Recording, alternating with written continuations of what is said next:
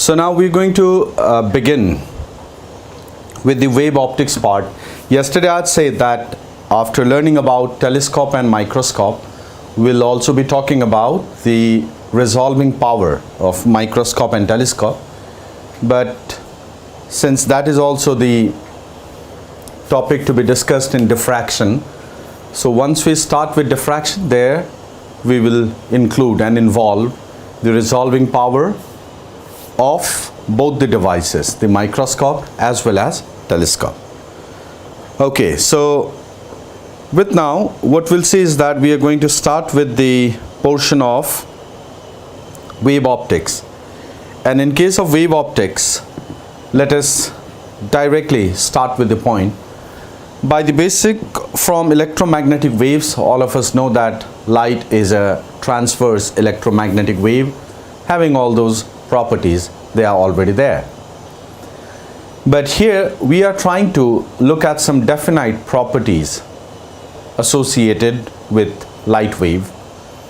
The first condition is that the size of the opening or the size of the aperture and the slit should be very small. Small as compared, or small means which is comparable to the wavelength of light. And why is it done so? It is done so as to experience, so as to realize the wave nature of light. So if anyone wants to realize, experience and understand wave nature of light, then the first and foremost necessity is that the slit should be small, the slit width should be comparable to the wavelength of light. That is the reason why in our day-to-day experience we never see the wave behavior, we never experience that, but it's a proper fact that light behaves as wave in nature when the corresponding property of that is satisfied. Okay, so now what we'll do is that after understanding all those given situation, let's see, whenever, first of all, we'll talk about, the main agenda is to talk about interference. And if we really want to understand the interference pattern, the first thing you need to understand is that what is the meaning of coherent sources. So basically, y equals to a sine omega t minus of kx. That's the first one, and let's say y1 a1, and the next is y2 will be equals to a2 sine omega t minus of kx plus of phi, where phi is the phase difference between them. These two sources are coherent sources. So what is the condition for the coherent sources? Number one, the amplitude never matters. So the amplitude may be same, the amplitude may be different. It absolutely doesn't matter. What really matters is the frequency has to be same, the wavelength has to be same, and the direction of the wave, even that is to be same. And then the most important thing, the phase difference between them is phi, and this phi should be constant WRT time. It may or may not be zero, we don't mind for that. It may be zero, it may not be zero, but it needs to be constant with respect to time. So when these conditions are satisfied, we call that the sources are coherent. So here under constant phi, these two sources are coherent in nature. And whenever you add two coherent sources, there is a definite principle that you need to follow. There is a definite method that you need to follow.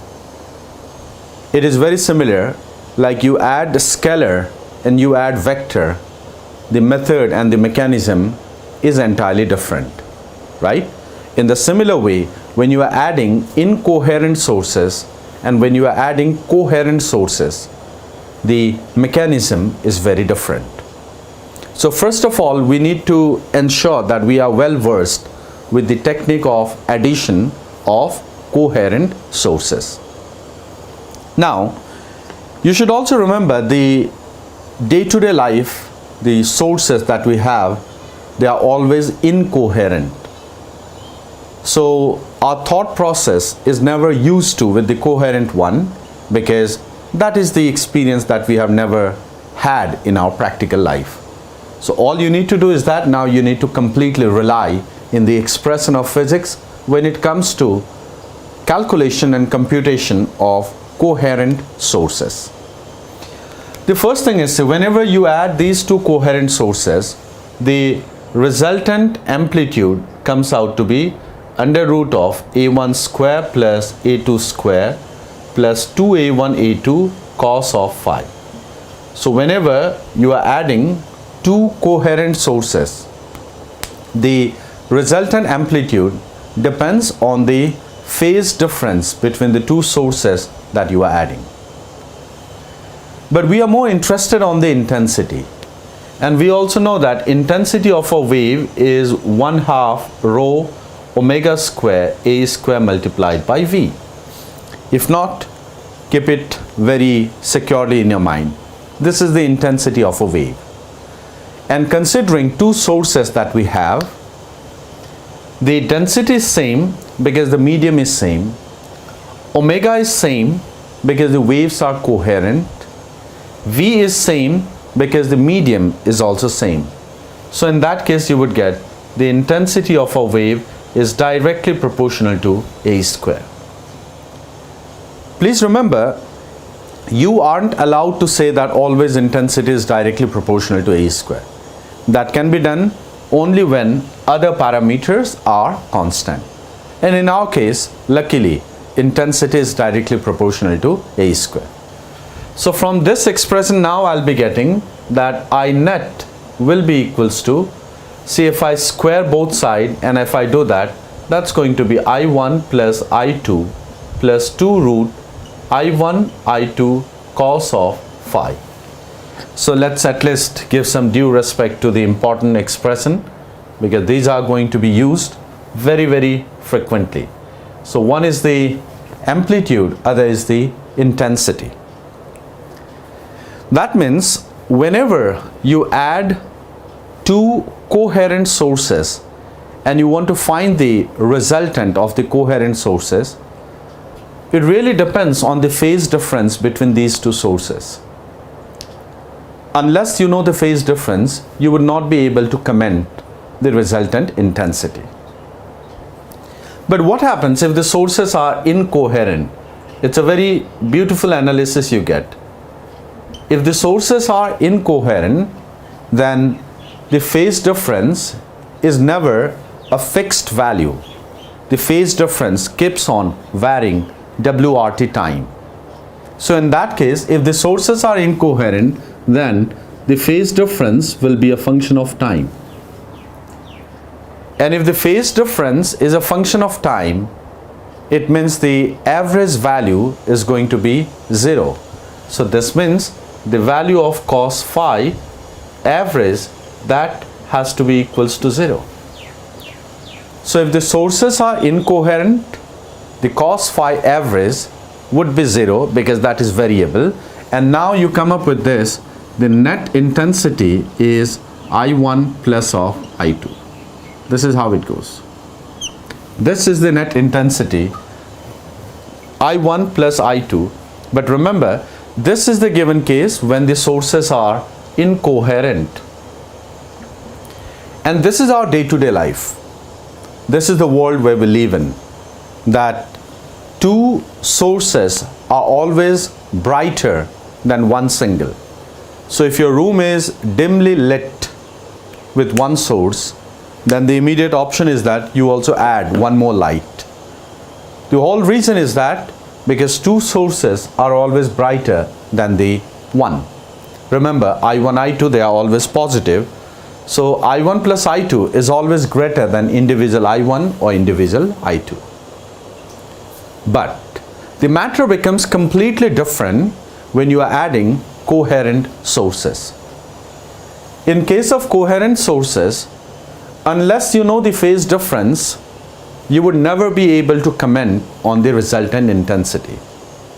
So have a difference between coherent and incoherent. It is very similar that if you want to add two vectors, you require the angle between them. So you require the phase difference between them. But when you have to add two scalars, you never look at the angle between them. So for scalar, we simply add them up. So this is the direct analogy, and that will help you digest if at least at the first reading or in the prior experience you didn't think in this way. So now we'll purely come in the case of coherent. So if there is coherent, it comes this. Now let's purely talk about coherent.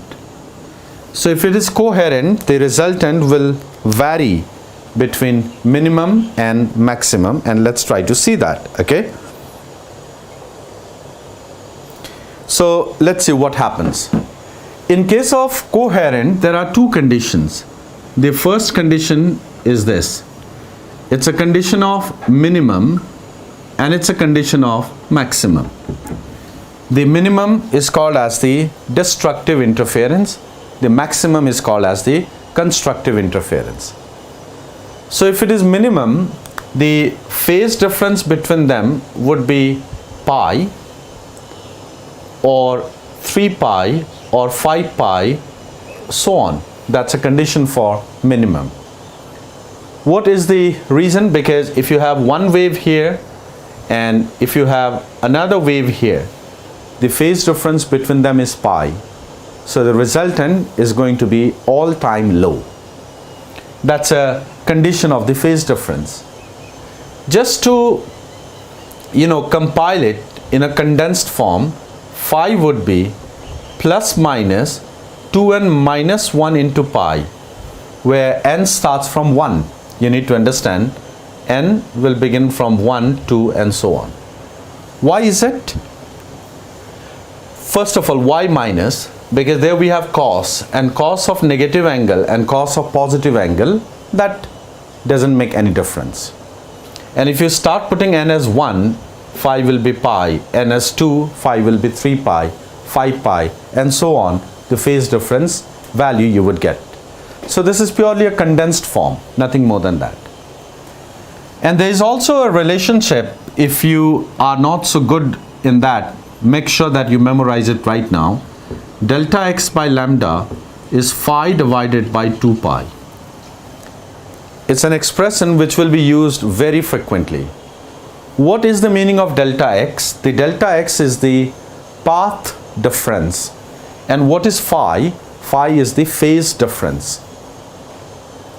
It is something like you're converting $20 into 1400 rupees. Just finding the equivalence. That's what you're doing. Every path difference will have a corresponding phase difference. Like a path difference of 1 lambda means a phase difference of 2 pi. A path difference of lambda by 2 means a phase difference of pi. So that's the relationship. So make sure that you are well versed with this convergent relationship, and you get this one. Delta x is plus minus 2n minus 1 lambda by 2 after you put on in that particular relationship. So this is the condition which is required to have minimum intensity, or what you call as the destructive interference. Now let's come to the maximum one. Maximum is simply reverse of that, where the hill of one will match with hill of other. In minimum, the hill of one matches with valley of other. So this is how we get. Now let's say in case of maxima, you would find the phase difference would be 0, 2 pi, 4 pi and so on. Even plus minus will work because cos of negative theta is equals to cos of theta there. And the phase difference is plus minus 2n pi, but be careful, n begins from 0. So look at the way how we are compiling.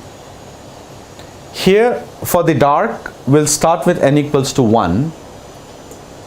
If you write 2n plus 1 pi, then you can start with n equals to 0. but I don't want to go in that way. I'll tell you the reason. Because recall, when you talk about the fringes in interference, there is a central bright fringe, but there is no central dark fringe. We only have first dark fringe. The dark fringe starts from first, while the bright fringe starts from central. So this makes it easy. If you put n as 1, that will be first dark. If you put n as 2, that will be second dark. That's what. And in case of bright, n as 0, that will be central bright, and so on. So this is just to make the compilation and memorization easier, and correspondingly the value of delta x will be plus minus n lambda. So this is the relationship between the phase difference and path difference, and the entire game, whenever you are dealing with coherent sources, is the first question that would be asked is, what is the phase difference? It is very analogous to vector and scalar. When you add two vectors, you're always interested first in the angle between the two vectors, then you can add. But in scalar, you don't do so. So likewise, when it comes to coherent sources, you require the phase difference. And please don't misunderstand that coherent means only these conditions would exist. In coherent, the value fluctuates. This is the minimum possible value. This is the maximum possible value. The total intensity at any place will be anywhere between this and this. So got to be careful with that. And for incoherent, you get this much. And what would be the corresponding value? Let's try to add. You would get I max is root of I1 plus root I2 whole square, and I min, if the condition is satisfied, is root I1 minus root I2 whole square. Now did you realize I max root I1 plus root I2 whole square? That means if the intensity of the interfering waves are equal, the maximum is going to be something else. I'm not interested on that. But the minimum one, I1 equals to I2, that's going to be 0. And 0 intensity means light, and light is going to give you darkness. So wouldn't that be a very majestic view to look upon? And that's always in the laboratory we find these sort of cases. Like on the spot, light 1 falls, light 2 falls, and when both the lights fall simultaneously at the same place, the total intensity becomes 0. So this is how we talk about, or this is the real beauty about interference. So here comes something like this. I max by I min is root I1 plus root I2 by root I1 minus root I2 whole square, and that is equal to A1 plus A2 by A1 minus A2 whole square. Because you know it very properly that intensity is directly proportional to A square. So the ratio of maximum to minimum intensity is going to be this much. So this is the first level understanding about the basics of interference. And let me show you one thing. You know, that is again a real matter of interest. Let's try to see what would happen there. Look.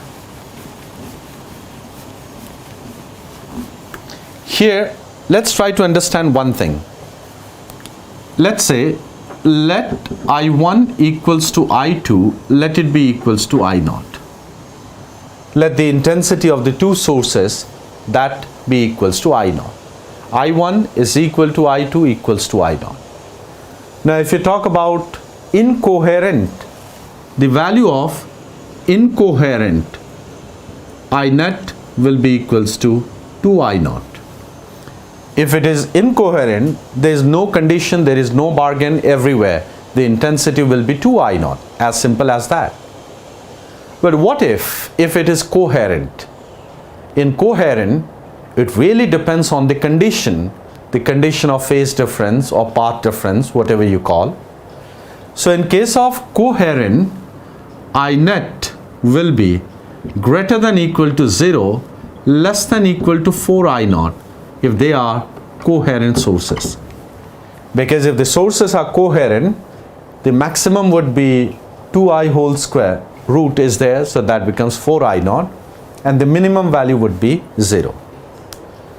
There's a very beautiful thing that you can understand, you can realize here, that when it is incoherent, everywhere the intensity is 2i naught. But if it is coherent, somewhere the intensity is superbly greater than 2i naught, and that's 4i naught. But this doesn't come for free. Somewhere the value is superbly less than 2i naught. So essentially what is being done is that energy from this zone is being withdrawn and it is being deposited at this place. So just think that everywhere the intensity was 2i naught. Withdraw 2i naught from 1, that will become 0 here. Deposit there, that's going to be 4i naught there. So this is how we come and how we make the conclusion. But just see, one interesting thing you would find, for this is done for n identical sources. Now let's see, if they are incoherent, then that's going to be n times I naught. If the sources are incoherent, everywhere the net intensity will be n times I naught. And if the sources are coherent, and I want to see the maximum value, because in coherent at various places the value of intensity is different. So for coherent at the maximum case, that's going to be equals to n square I naught. Very similar to that, but the coherent people should not be very happy about this, that we got n square, because somewhere the value is drastically reduced as well. That we had seen with the help of two sources. For n sources, of course, this would be the relationship that you can apply. Okay, so this was the given point that we talked about. We have talked about the general and the basic meaning of interference. Now we are going to see some special cases of interference and special examples. So the first one is the famous Young's double-slit experiment. So let's see what is that.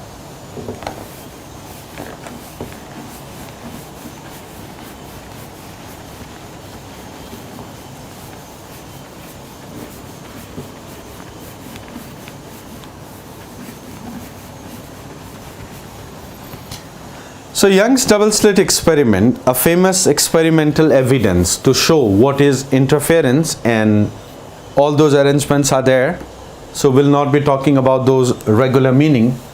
So here there are two slits, okay, and this is the given case. These are the two slits, and here is the screen. That's the case. So two slits, the screen here, and here is the source. This is capital D and this is small d, the distance between the two slits. And what happens is, a brief idea about that, as the light enters the two slits, since the slits are so small comparable to the wavelength of light, the light emerging out from the individual slits will come as a wave, less as a ray. Otherwise, if the slit was large enough, this light would come here and hit here, only this portion would be illuminated.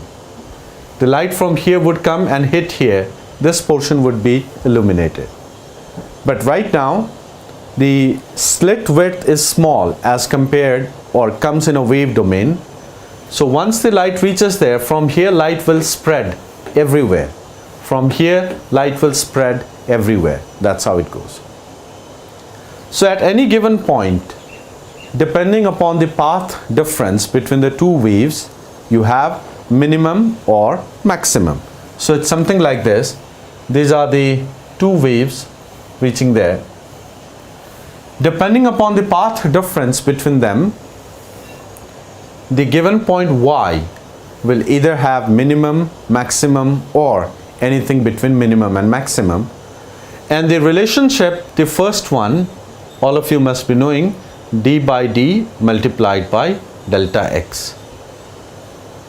So y gives the position in the screen where the two incoming waves will have a phase difference of, or the path difference of delta x, and depending upon the value of delta x you get the type of interference. Now a very simple question which I would not like to do, if the question would say where is the second maxima, then delta x has to be put as 2 lambda. That's how it goes.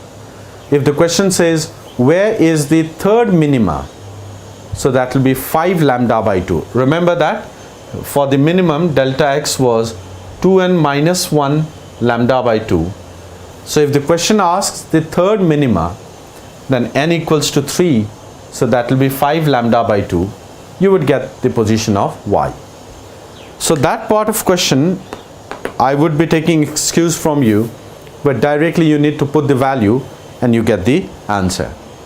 Let's try to do a little bit of modification, and that is really going to help us understand lots and lots of things.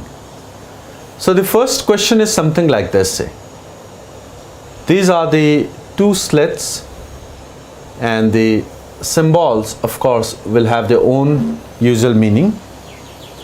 Okay, two slits there, and let us say the separation between the slit is 1 millimeter and this separation is 1 meter. All right, and there is a point which is directly in front of one of the slits, and here white light from 400 to 700 nanometer is incident upon these two slits, and they would subsequently create interference and the screen would get the pattern. But this time we are thoroughly interested only on the point which is immediately in front of one of the screen. So now we need to calculate that we need to find the missing wavelengths at P. So please try to do that. That what wavelengths are missing at that particular point P. Go ahead and give a calculation, give a try. Navneet, I'll explain your question after this numerical. Why would the light bend?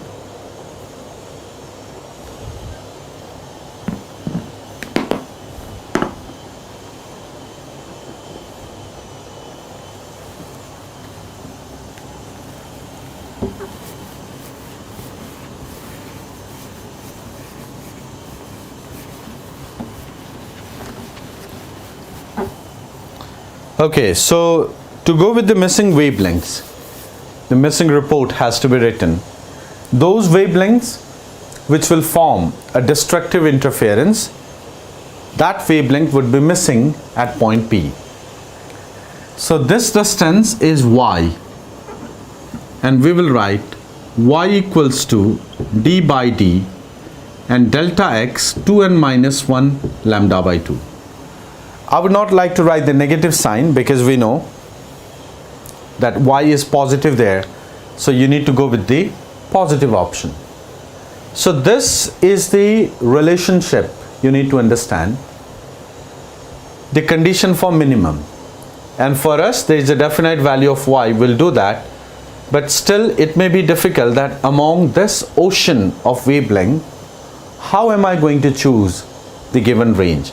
So lambda will be 2yd by capital D into 2n minus of 1. So this is that value of wavelength which will satisfy the condition, and this is now going to be equals to 2.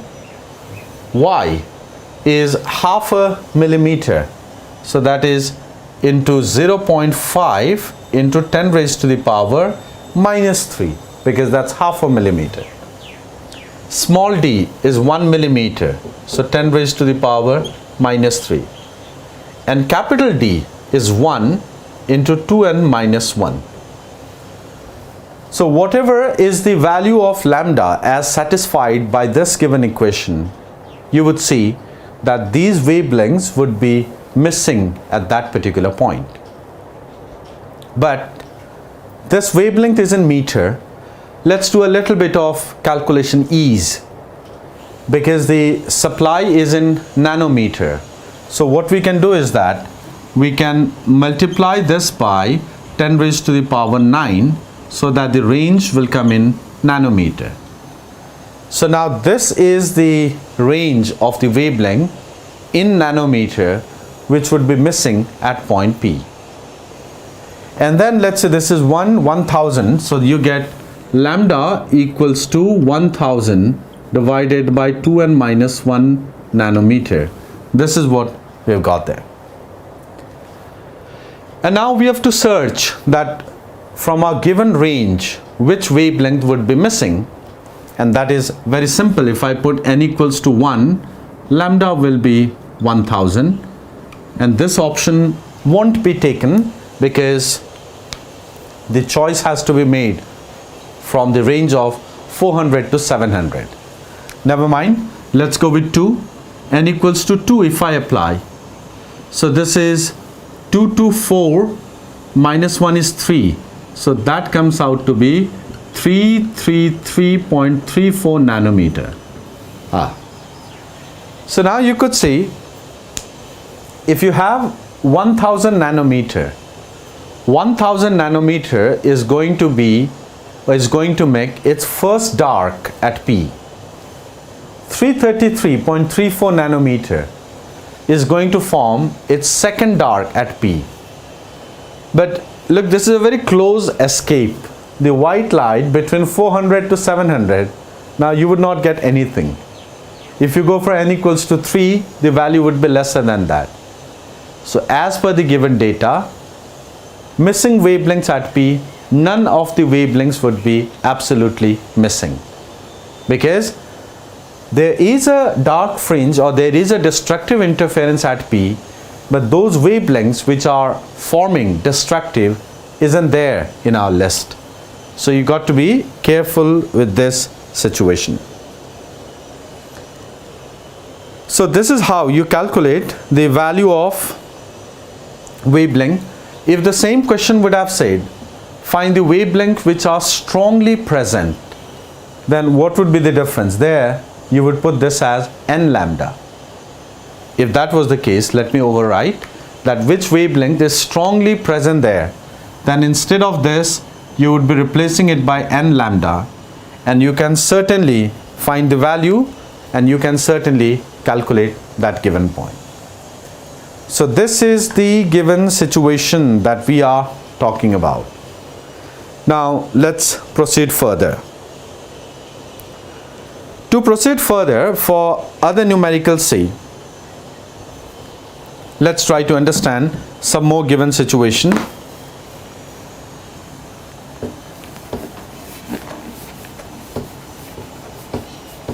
Oh yes, Navneet's question was there. Why would the light bend? So this is the case, Navneet. You should understand, as I had said you, like there can be a very genuine question that why does light bends as it passes through the slit. I had said it already, but let me just show it in terms of figure. If the slit width was large, then light would be displaying its ray nature, and in ray nature it will go as rectilinear propagation. That means it travels in a straight line. So only this portion of the screen, would be visible. But now since the width is very small, comparable to the wavelength of light, so as light passes here, it will start distributing from all the side. We say that the diffraction phenomenon in case of light would be very significant. And similar is the case when light passes through here, you would get wave spreading in all possible directions. So hope this clarifies your query, Navneet. All right, now let's go to the next point. The next point is something like this. Go with this question. Here is a slit screen arrangement. Everything has their usual meaning. Let's try to see with this point. Their light intensity is I naught, and even here the light intensity is I naught. Now the first given thing I want is what will be the intensity at O? Please calculate. Let's say that question. What would be the value of intensity at point O?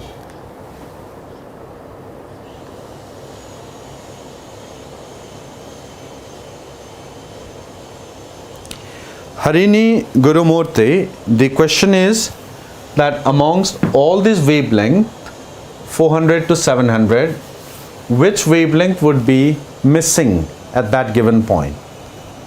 So that wavelength would be missing, which will form its destructive interference. So Y is D by D. This is the condition for destructive interference. Rest you put the value, you convert it into nanometer, and you started searching the option for different value of N. Whichever wavelength comes, that will be forming its destructive interference at P. And as you started putting the value of N, you could find you get these sort of option, but this is not available in the list.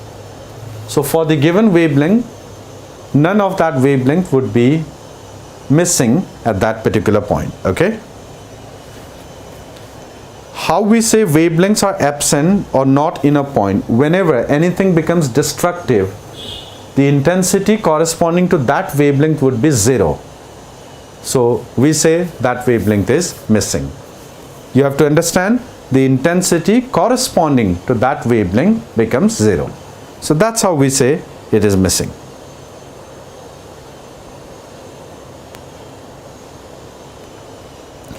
Yes, so now I started getting up options, and that is the net intensity becomes 4I naught, and that's very simple. Look, that is very, very simple, because it comes in this way, that at O it's a condition of constructive interference. So at constructive interference, I net is root I1 plus root I2 whole square. That's a case whenever there is a constructive interference, and that value is root I naught plus of root I naught whole square, and that now comes out to be 4I naught. So that's clearly done. Okay, now after we calculated that, let's try to add up some more thing. 4I naught is the intensity at that given point, but remember, I would be adding a bit of modification in the question. Remember, not directly formula based. So these questions are really going to give you a nice amount of understanding. The next question, guys, is something like this. There is one point, there is second point. I'm talking about find the second point from O where the intensity is minimum. Yes, please do. You need to calculate the second point from O. I mean to say, I need the value of distance where the intensity would be minimum. Please give a try. Answer should be there in terms of capital D, small d and lambda. Please do that. Okay. There are multiple ways how you solve, and I've started getting options. So it is something like this, say. That means you need to calculate the second dark. That's what you need to find. So if you want to calculate the second dark, y is d by d into 2n minus 1 lambda by 2, and you will put it as 2. So the value of y would be 3 lambda d by 2d. So if it says the third dark, you'll put n as 3. So correspondingly, whichever value has been asked, you can easily find that. Yes. So lot option have been there, 3d by 2d into lambda and all those things. That's great.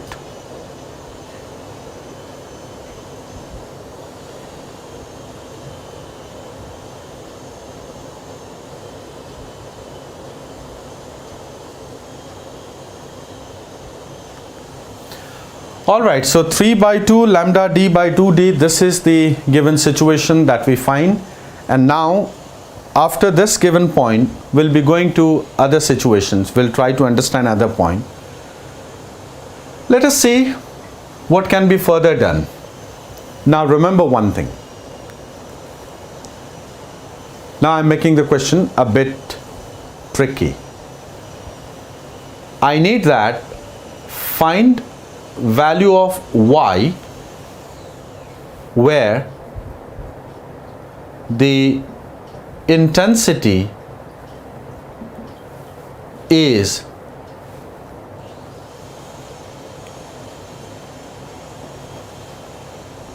one half of maximum. Please try to do that. You need to find the value of y where the intensity is one half of the maximum. Please do that. All right, so some options have started pouring in, and let me now just try to show. You need to find the intensity, you need to find the value of y where the intensity is one half of the maximum. We can do in this way. I net is I1 plus I2 plus 2 root I1 I2 cos of phi. That's how it goes. That's the net intensity at any given point. So the net intensity depends on the phase difference between the two incoming waves. And I want the net intensity as 2I naught, because that has to be one half of the maximum. And remember, the maximum intensity was 4I naught. So half of that, that is 2I naught. And that will be equals to 2I naught here plus of 2I naught multiplied by cos phi. And clearly here you get that the value of phi would be pi by 2. So at that given point, wherever the intensity is half the maximum, the phase difference between the two waves is pi by 2. So you got that point. The phase difference comes out to be pi by 2. There are other points also. These are periodic one, but let us just get interested in the first point. So at that point, the phase difference is pi by 2. And if this phase difference is pi by 2, delta x by lambda will be phi divided by 2 pi. That's a conversion relationship, the conversion between the phase difference and path difference. And then you get delta x is lambda divided by 4. So at that particular point, wherever the intensity is half, the path difference between the two waves is lambda divided by 4. That is the given point. And now we had to calculate the value of y. So to calculate y, I will get y equals to d by d into delta x, and that will be d by d into lambda divided by 4. So that is the value of y where the intensity is one half of the maximum. D lambda by 4d, that's great. Kritika, Abhigyan, Harsh, Ambika, that's great. D lambda by 4d, Rajshri, good.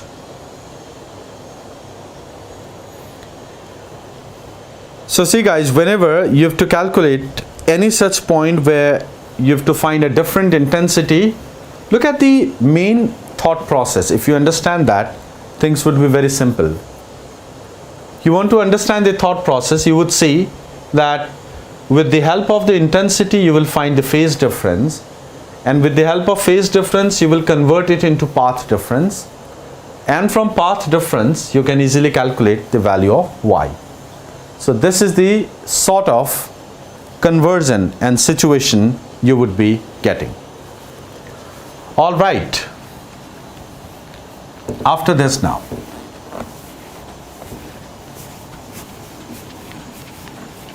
there is something which is called as, whenever you insert a slab in one of the path of the interfering waves, then a certain amount of difference would be created. So let us see what really happens whenever a slab is introduced. And that, I'll just give you, let's see, effect of slab. This time, this slab is not with respect to ray optics. The effect of slab we want to understand with respect to wave optics. See, for every distance traveled, a certain amount of phase difference would be created. That is not a new thing to all of us, because for a distance of one wavelength traveled, the phase difference generated is 2 pi. That is all clear. Now here you need to understand, if I have a slab,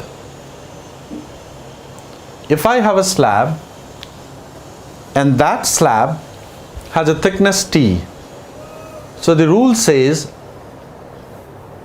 when you travel a distance of T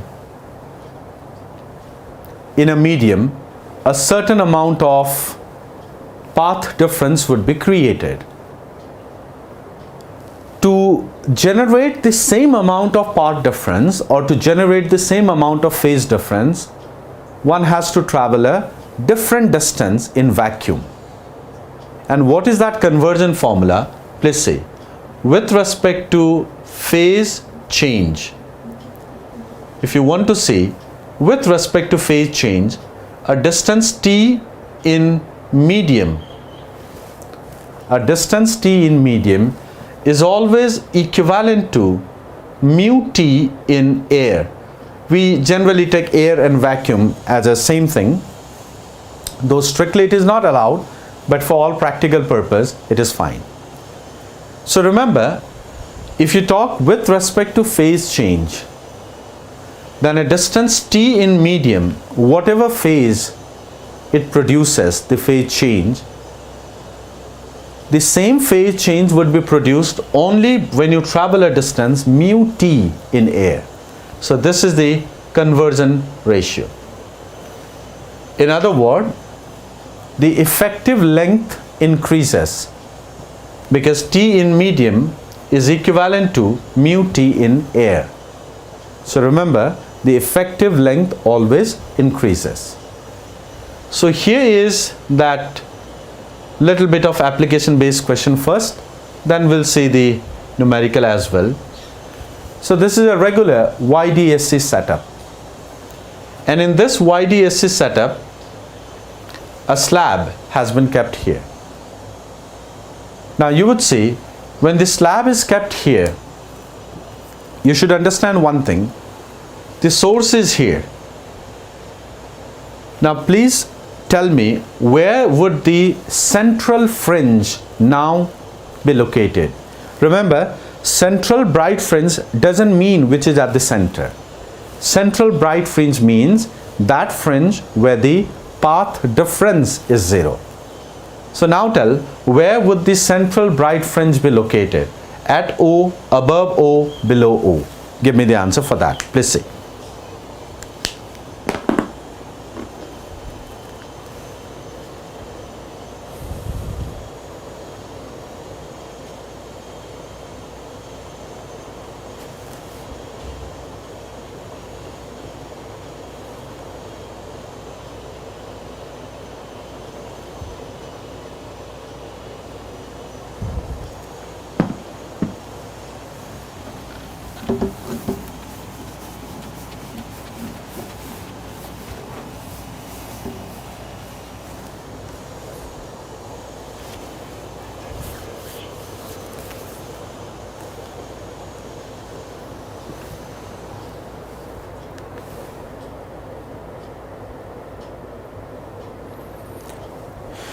So Jose Paul says it has to be above O, and Radhika, they say below O. Okay, lots of people below O. In fact, the answer is, it is above O. Now let me explain. First of all, try to understand. As I have already said, see, if you haven't done it before, not to worry. this is an important one, just don't afford to miss it, but the concept wise it's simple. A distance t in medium is always equivalent to mu t in air. That means the length always increases, the optical length. Geometrically it's same. Optically the length increases when it's kept in a medium. Now let's try to understand. Think whether the bargain can be put at O or not. So let's see, at O. If you see at O, geometrically the path length is equal. Because if you see geometrically the length is equal. But upon medium insertion, the path length increases. That means while the waves reach at O, the upper path would be longer than lower path. Remember, we're talking about the optical path, not the geometrical. So there is no question of central bright at O. What about below O? Let's say below O, geometrically already the upper path is longer, and upon medium insertion the path length will further increase. So there would be no condition that the path difference would be 0.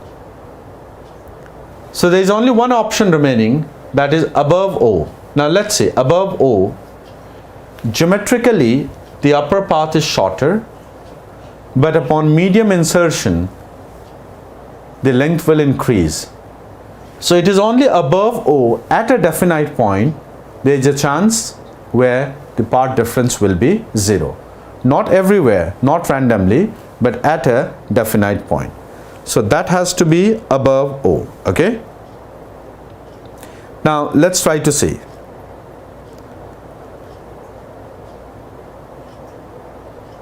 Shivansh Oja, while approaching via this method, the value, because you haven't used the correct one. See, the intensity I naught by 2, you can't write that. In fact, if you want to use this method, you'll have to do, wait a minute people, I net is 2 I naught 1 plus cos phi. This is how it comes, where I naught is the intensity due to one wave, and this will be 4 I naught cos phi by 2. This is what it comes. Now if you 4 I naught cos square phi by 2, 2 cos square phi by 2 minus 1. Now this thing you have written as I naught, that's fine, but that angle phi would be phi by 2. So you hope perhaps you got that point. All right. So now let's come to this point. If you see at this given point, there is a chance where the bright fringe will happen, and that is what we call it as the point where the central bright fringe will be lying above O. Now after this, there is also a point that how much will be the distance. I will not be going into the derivation part, remember. I will simply be writing the value. This distance y will be equals to d by d into mu minus 1 multiplied by t. So I would recommend that you memorize this expression. This is the distance above which the fringe will shift. So this is the central one, and the central one starting from here will go at this point. Many times people would also ask that how many number of fringes were shifted. So you can even do that easily. The number of fringe shift is d by d mu minus 1t divided by lambda d by d. The total number of fringe shift will be the distance upon which the fringe has shifted divided by the fringe width, and that comes out to be mu minus 1 t by lambda. So that is the given condition. Not quite difficult. As you start practicing, you are certainly got that point. Okay. Now let's try to go with the other situation. To understand the next point, let's talk about how does interference happen in thin film. You must have seen those thin soap film under white light display a wonderful pattern of VIBGYOR, and that is all due to interference. So how does interference do that? The idea I'll give you shortly, and after that we'll write the formula, we'll write the derivation for that, and it is something like this. Say, suppose we want to do interference in thin film, that what would happen when there is a thin soap film and what would be the pattern like. See, the light ray would come from here. Whenever light hits a medium, it will partially undergo reflection and partially refraction. So you would see in the first case, partially reflection, partially refraction. And even when the light hits here, partially refraction, partially reflection. So this is how it goes. And beyond this, we don't consider, because beyond it, the intensity would have gone so dim that it can't be figured out. So we'll consider only till the two branching. And even here, beyond that, the intensity would become so weak that we don't find it necessary to consider, because anyway the intensity would have been very, very weak. And what we do is that if you put a lens arrangement so that these two waves would be meeting at that point. Similarly, if you put a lens arrangement here, these two waves would be meeting at this particular point. That is how it goes. So depending upon the condition of constructive interference or destructive interference, it is all how does the path difference satisfy the value. You would get either bright or dark. And I have gave you the concept. Now we'll thoroughly go with the let's try to completely understand the numerical part. And in case of numerical part, it says this: if this T is the thickness, sorry guys, I would not be able to elaborate the expression because that's going to consume a lot of my time. I'll rather write the expression straightforward. For transmitted light, if you talk about transmitted light, that means we are talking about refracted light. In case of transmitted light, 2 mu t is equal to n lambda. That will be the condition of constructive interference, and 2 mu t equals to 2n minus 1 lambda by 2. That will be the condition of destructive interference. So whichever wavelength satisfies the condition of constructive, that wavelength would seem bright under transmitted light. And now let's go for the reflected light. If I talk about reflected light, then 2 mu t equals to n lambda will give the condition of destructive interference. You should remember, the condition of destructive interference is exactly opposite in transmitted and reflected. This has something to do with, in case of reflection, there is an abrupt phase change of pi, but I don't want to go in that, but you just understand that, and that is equal to 2n minus 1 lambda by 2 for constructive interference. Just remember, the condition for reflected and transmitted is going to flip when it comes to this situation. Okay, let's see, there's a question. What if the slab is in front of both? Okay, here's a query. For this one, see, it's a very, very simple one.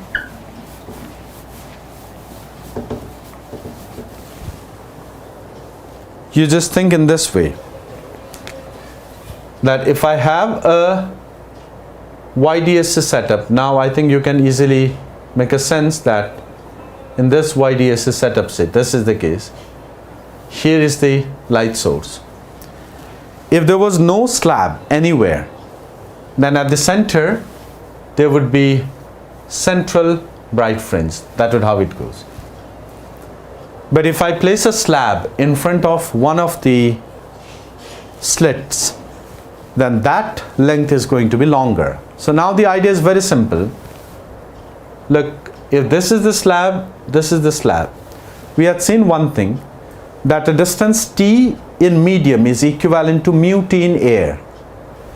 So if I call this as 1, if I call this as 2, you need to compare. If mu1 t1 is greater than mu2 t2, that's how it goes. Because the distance t in medium is equivalent to mu t in air. So if mu1 t1 is greater than mu2 t2, the effect of upper slab is greater. That means the central bright fringe would be somewhere here. Because the upper slab effect is greater, so geometrically the length is shorter, but optically this will have an advantage. So that is how you go. And for the reverse, it will be below, and if they are equal, the central bright fringe will exactly be at the center. Okay. So now we come up with this thing about the interference, and finally one small thing let me tell you, and that is called as the Lloyd's mirror arrangement. And what is that Lloyd's mirror arrangement? Let's try to understand. So the Lloyd's mirror arrangement is something like this, guys. Here is that mirror arrangement, and here is that source, and specifically there is a screen here. Is it within the frame? Let me check. Okay. So there is a source, there is a mirror there. Okay, so we were talking about the Lloyd's mirror arrangement. So now the Lloyd's mirror arrangement is something like this. See, there is a light source here, there is a screen here, and from this source light would directly go here. That's one. And second, upon reflection it would go and it would hit there. So basically at that point of the screen there are two light sources which are interfering, and they are genuinely coherent because it's from the same source which gets divided. Now depending upon the path difference and depending upon other parameters, you would get either constructive or destructive interference. The first path is this. The second path is this. But this second path can be very easily calculated in this way. If I draw the image of that, that is exactly going to come here. This is S dash. So if this distance is D, even this distance would be D. That's how it goes. So now we saw that for this object there is exactly the image there, and that's how the situation will unfold. Now instead of taking this path, you can take this one and this one. So it exactly and thoroughly resembles the pattern of YDSE, but with certain difference. And please see that difference. This is Y, this is capital D, if that's the case. What happens is, say, the value of Y is D by 2D into delta X. That's difference number one, because the two sources are separated by a distance of 2D. That's the first thing. But there is also second important thing, and that is, if the path difference is n lambda, that will be the condition of destructive interference. 2n minus 1 lambda by 2 will be the condition of constructive interference. I would not be describing it because then that would dedicatedly take a lot amount of time, but I'll give you a little hint, and those who had a prior experience of this can relate. Those who haven't, my suggestion is that let's thoroughly be target oriented memorize the expression. But for those who have an idea of this before and want to verify, there is a reflection happening here. And when a reflection from a denser medium happens, the light suffers an abrupt phase change of pi. And that is the reason why there would be a shift or change in condition. Else, I would recommend that you memorize it and you get that point. I'm too emotional today. So happy that during the mid blackout, I didn't get any comment. So now you've really been matured. Thanks for understanding. You made my day, people. Okay, so now let's see.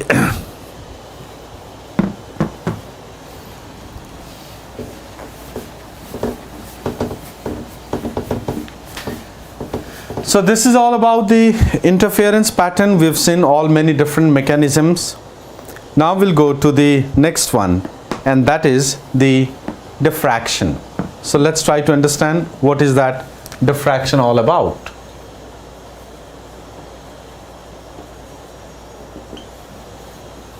Okay.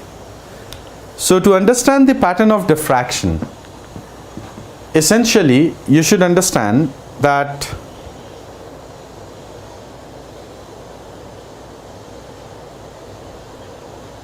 pi, Navneet ji, pi, 180 degree. Now let's see, abrupt change of pi in phi, that's how it goes. Phase mein change aayega. So let's talk about the diffraction. So first of all, if you talk about diffraction, you need to understand the literal meaning of diffraction is something which spreads. So that is called as diffraction. And with regard to the terminology in wave, when the wave spreads, that is called as diffraction. Now what happens, let me tell you. Suppose you have a slit here, and there is a screen, and there is a light source here. All of us know in regular scenario, in our day-to-day life experience, if you keep a light source here, the light source will illuminate only this part, because the behavior of light that we generally face is a wave nature. Unless we make some experimental arrangement, that's another thing. So the portion of screen that would be illuminated would be this much. But did you realize that if you have a sound source, not a light source, then if you place a detector here, then even that detector would be able to hear the sound. Why? Because in day-to-day life, the sound, when it comes here, then it will start spreading everywhere. So the red one that I've shown is what we call as diffraction, or what we call as spreading. So the life that we live with all the physical dimensions we have, like the width of the window, width of the door, that's one case, and the wavelength of audible sound and the wavelength of visible light that we have. If we see, what happens is, see, where do you get the condition? First of all, see, if lambda is comparable to the size of obstacle, then in that case, you know, the wave diffracts. So the wave bends. And that is exactly what happens with the case of sound wave. The wavelength of audible sound comes in the range of meter, and the obstacles are also in the range of meter, like the size of window, size of door, or all those things. So therefore, whenever sound passes here, it starts spreading, it starts bending, and that is exactly satisfying the condition of diffraction. But if wavelength is much less than the size of the aperture or the size of the obstacle, in that case you would see there would be negligible diffraction. In other words, negligible spreading. And that is the case what's happening with this source. the spreading is very, very negligible. So in fact, the world that we live in our day-to-day life, sound wave exactly satisfies this condition and light wave satisfies this condition. That's in the day-to-day life we live. So we say that light travels in straight line. But we forget that light travels in a straight line because it is satisfying a certain condition. In the laboratory, if deliberate arrangement is made, where the obstacle size is made very, very small as compared, or which comes in the range of wavelength of light, then even light will start spreading, and that phenomena is called as diffraction. So basically, if you talk about this phenomena called as light, it's basically a wave. And someone may say that if it is wave, why doesn't it spread? We say, well, it certainly spreads, but in our life, the type of dimension that we deal with, in this scenario, the bending of light is very, very negligible. So we are born and brought, and we are, used to and accustomed to those cases where light travels in a straight line. But remember, that is only a specific property of light satisfied under special condition. So I think this will give you a small bit of idea about how you talk about the phenomena of diffraction. If lambda is very, very much greater than A, like sound passed through a thin slit, it will come. Don't worry, Ambika, we'll talk about that. Let me write the expression. You would see the diffraction, but you would see a partial diffraction. Once we do the mathematical part, we'll show that. Harini Gurumurthy, can you explain how the formula came in the doubt class? This one. See, Harini, if I'll be very frank enough, perhaps we will not find opportunity even in doubt to discuss this. And because, please don't take me rude, I tell very in a straightforward manner. But again, Harini, the point is that this particular thing is, not essentially required for the other things as well. Plus, considering the duration that we have, it is a bit difficult for me. So please bear with that. I would not like to keep you in false hope saying that yes, we'll do and I'll start extending it. That would not be possible. A humble denial from my side. All right, so now let's see. We now understood that the meaning of the diffraction pattern that comes in this way. So now let's see typically how does a diffraction seem like. A diffraction pattern in light would seem something like this. This is how the diffraction pattern in light seems like. If you think that diffraction is only the thing that is required, that's wrong. The application of diffraction, there are lots and all are probable. So let's see. The first thing is, say, when light passes here, then you would find that if it illuminates only this part of the screen, then you would say that light is in the domain where it behaves as ray, it travels in a straight line. And we have seen if that condition is satisfied, then in that case, you would find something like this. This is the area up to which you would find the light. This is quite surprising. This is quite surprising that instead of light coming here, it has spread up to a certain angle. And we will see the corresponding expression that up to what angle has the light spread. But beyond that, if this was surprising to you, remember, there is one more surprise element, the complementary gift. And the next surprise element is that you would again find, say, this is bright. All right, this is completely bright. Then comes a certain area where it would be dark.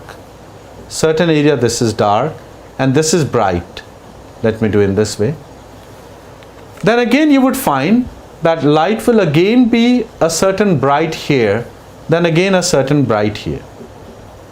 As I said, if spreading was the one which really surprised you, there is an add-on gift as well, that light would further spread here. That means the central bright, then a small patch of darkness, then again bright, then again patch of darkness, then bright, then dark, then bright, then bright, then dark. Physical training happening. This is what it goes. So the central one is bright, then dark, then bright, then dark. That's how it goes. And we would soon realize that the thickness of the central would be twice the thickness of this. We would soon realize. But majority of the time we would be interested only to find the, we would be trying to find that the location, where are that given boundary. Let's try to see. So first thing, I think now you are, at least first of all you should know how this screen looks like. Then after that the calculation comes. So now let me show how the screen looks like.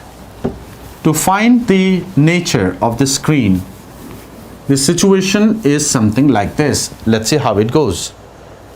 This situation is in this way. Here is that slit, and it's also called as the single slit experiment, and this is that given part, and here light passes, and there is an angle theta. So what we do is that we come up in a very clever way, and the clever approach is, instead of finding all these individual points, we simply locate the position, more precisely the angular position of destructive interference. This is because if you can locate the boundary, then within the destructive interference is the light. So this time, instead of focusing on the constructive one, we found the boundary where there would be a dark one. And once you know the boundary position, within that would be the constructive one. So here we would say something like this. If I say this point as A, so you get this thing. A sine theta equals to plus minus n lambda, where n begins from 1. Please be very, very careful. A sine theta is plus minus n lambda, where n begins from 1. This is the position of the boundary. This is the position of the boundary, basically the dark boundary. And depending upon various value of theta, that comes on putting various value of n. Please remember, this n starts from 1, unlike the case of interference where you had written n lambda and begin from 0. That's different. This is different. So guys, now let's try to see how would the typical screen position be like. To show the typical screen position, it's something like this. See, A sine theta is plus minus n lambda. First of all, let me start with n. So if I put here, you may do with a different figure. Let me do in a single one. So here's the case. Sine theta equals to lambda by A, and here sine theta is minus lambda by A. Is it in the frame? Yes, wonderfully. So sine theta is lambda by A, sine theta equals to minus lambda by A. That is the point where the first or the boundary of the first minima would be there. That's a location of the first minima. That means that we said where light would be, enclosed, or light would be contained in this fact. This will be the given point. Let's say, meanwhile, there is a question there. I don't want to miss it.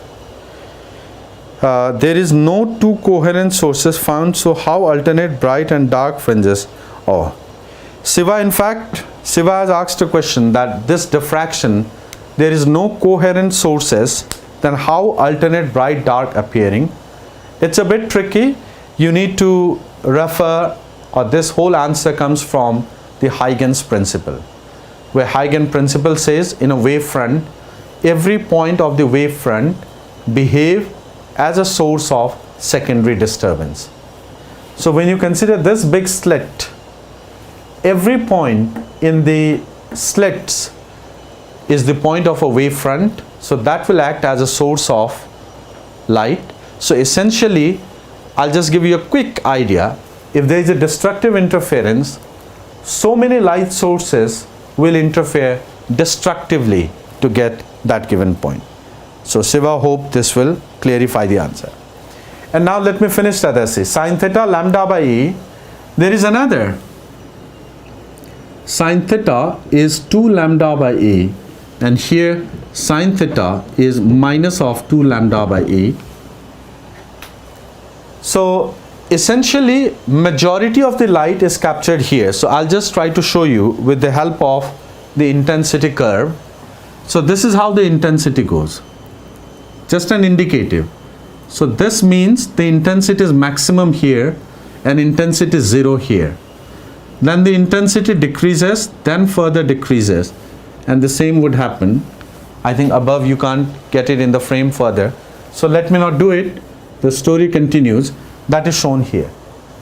Remember guys, this is the intensity, indicating this is where the intensity would be maximum at the center, and by the time it reaches here, the intensity has gone to be 0, and then again a local peak, secondary maxima, but the secondary maxima gets weaker and weaker and weaker. In fact, there is an exact numerical value as well. This intensity is I naught, this intensity is I naught by 22.5, and this I naught is I naught by 63.5. So this is how the intensity starts decreasing. And after the second one, this is the secondary principle, first, second, the other becomes so weak and so dark that we don't consider it. Rather, to be more precise and candid enough, in all the experiments, whenever we say light spreads, we basically are talking only about the central spread. The other spread, even if you neglect, you would make a little bit of error, but that error would be tolerable. So now we are going to end up today's session. Let me see if there is any question here further. Otherwise, as I had said last, see, we will not be simply satisfied by this expression. There are other applications of diffraction I have seen, and questions from those applications are frequently made. Even if we are not able to completely derive, we will certainly make sure to discuss everything theoretically so that you would be able to solve the question in the examination hall. Time to sign off from my end. Thanks for joining me. We'll catch up next time. Take care, bye-bye, and thank you very, very much again for your presence.